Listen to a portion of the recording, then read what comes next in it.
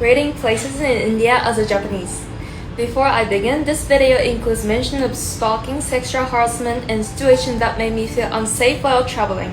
வெளிநாடுகளிலும் உள்நாட்டிலும் இந்திய சுற்றுலா பயணிகள் நடந்து கொள்ளும் முறை பற்றி இணையத்தில் பல விவாதங்கள் நடந்து வரும் வேளையில் வெளிநாட்டு பயணி ஒருவர் நம் நாட்டை பற்றி பகிர்ந்துள்ள அனுபவம் பலரது கவனத்தையும் ஈர்த்துள்ளது.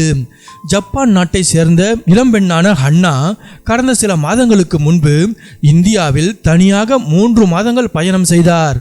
ஒட்டுமொத்தமாக இந்திய மக்கள் காட்டிய அன்பும் பாசமும் தன்னை நெகிழ வைத்ததாக கூறும் ஹன்னா, அதே சமயம் ஒரு பெண்ணாக தான் சந்தித்த சில பயமுறுத்தும் தருணங்களையும் பாதுகாப்பற்றதாக உணர்ந்த சில இடங்களையும் பற்றி தனது சமூக வலைதள பக்கத்தில் வெளிப்படையாக பகிர்ந்துள்ளார். தனது இந்திய பயணத்தின் போது பின்தொடர்தல், பாலியல் தொல்லை போன்ற அச்சுறுத்தல்களை சந்தித்ததாக குறிப்பிட்ட ஹன்னா தனக்கு மிகவும் அசௌகரியத்தை ஏற்படுத்திய 5 இந்திய இடங்களை பட்டியலிட்டுள்ளார். அதில் அவர் முதலாவதாக குறிப்பிடுவது வாரணாசியைத்தான். ஆன்மீக பூமியான வாரணாசிதான் ஹன்னாவிற்கு பிடித்தமான இடமாகவும் அதே சமயம் மிக மோசமான அனுபவத்தை தந்த இடமாகவும் மாறியுள்ளது.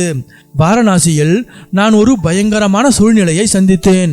ஒருவர் என்னை விடாமல் பின்தொடர்ந்தார். அவ்வளவுதான், இன்று நம் கதை முடிந்தது என்று நான் பயந்த ஒரே இடம் வாரணாசிதான் என நெஞ்சை உலுக்கும் சம்பவத்தை குறிப்பிட்டுள்ளார். அடுத்ததாக பீகார் மாநிலத்தின் ரக்சால் பகுதியை குறிப்பிடுகிறார். நேபாள எல்லையை கடந்து உள்ளே வந்ததும் அங்கிருந்த பல ஹோட்டல்கள் வெளிநாட்டினருக்கு அறை தர மறுத்துவிட்டன. சிலர் மிக அதிக பணம் கேட்டனர். என் பயணத்திலேயே அதிக மன அழுத்தத்தை தந்த இடம் இதுதான் என்கிறார். மூன்றாவதாக ஹன்னா குறிப்பிடும் இடம் மும்பை.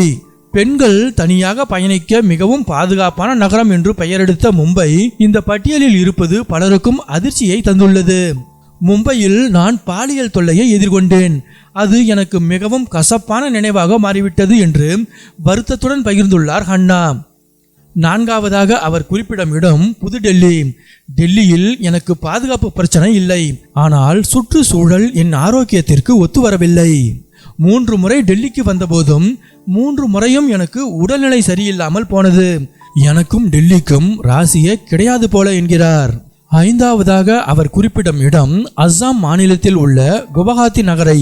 இங்கே எனக்கு மோசமாக எதுவும் நடக்கவில்லை, ஆனால் வடகிழக்கு இந்தியாவின் பிற பகுதிகளோடு ஒப்பிடும்போது இங்கே தனியாக நடப்பதற்கு எனக்கு சற்று பயமாக இருந்தது என்கிறார்.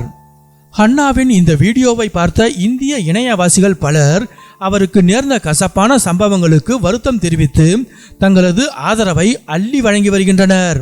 தான் எதிர்கொண்ட எதிர்மறையான சூழ்நிலைகளையும் கடந்து இந்தியாவின் மீதான தன் காதலையும் மக்களின் அன்பையும் ஹன்னா பாராட்டி இருப்பது பலரது இதயங்களையும் தொட்டுள்ளது.